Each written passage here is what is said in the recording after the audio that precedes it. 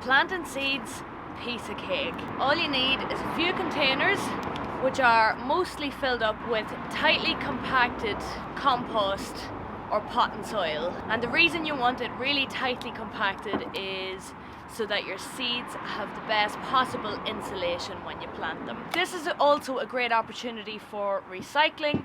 If you've got old plastic dishes or trays around these kinds of dimensions, those are perfect, you know, takeaway cartons, that kind of thing. Just be sure to put a few holes in the bottom first for drainage. And if you're planting seeds into their final position in a bigger pot, you're going to want to make sure to put some stones or something similar in the bottom before you put the soil in order to create good drainage. But for now, I am just planting what is eventually going to go in my flower and vegetable beds. So I've got all of my containers, my trays in this case. You can actually also use cut up egg cartons, you know, the compostable ones, and some of those can actually be plugged straight into the ground depending on what it is that you're growing.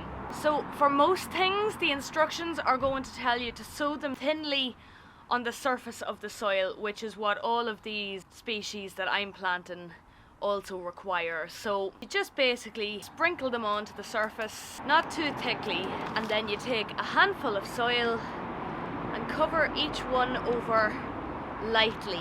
You want to make sure that it is covered, but you really don't want to be pressing it too firmly or anything like that. It's just enough to cover it and insulate it, but leaving enough space that your seedlings can poke through. Now, some seeds will require at this point that you poke a hole down into your soil and plant the seed quite deep, and then fill it in over top and maybe compact it more deeply. Some seeds require germination in a damp place, like perhaps a damp paper towel beforehand. Some seeds require frost first, so they might need to be put into your freezer. So it's important, if you have a packet for the seeds that you're using, to look at the back, follow the instructions as closely as you can, and that should steer you right. And if you don't have the seed packet, a quick Google search will usually point you in the right direction. So we're going to take these in now and tuck them in, just sticking in a little identifying tag first so that we know which is which. So when it comes time to germinating your seeds, don't panic if you don't have a heated greenhouse, because a sunny spot by the window will do the same job essentially. Most of the seeds that I'm planting this year need to be germinated between 10 and 20 degrees, which is a pretty large range.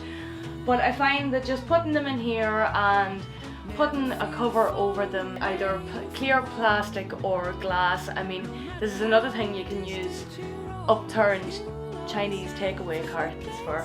It's an excellent way to use up a big store of them that you've got. And one other thing that I forgot to say is don't plant all of your seeds at once, because you don't want to end up, particularly with vegetables, with a big glut of them all at once that's like more than you can eat in one go. So you want to plant some of them and then wait maybe 2 or 3 weeks and then plant another wave of them, and depending on the length of the growing season of your species, you can get several months out of the one species.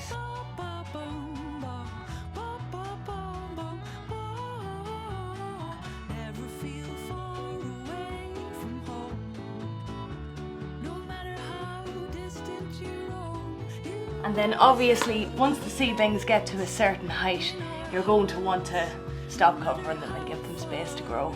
So I hope this has been helpful. If you've any more queries on how to sow seeds, drop them in the comments, and if I don't know, we'll definitely find out for you.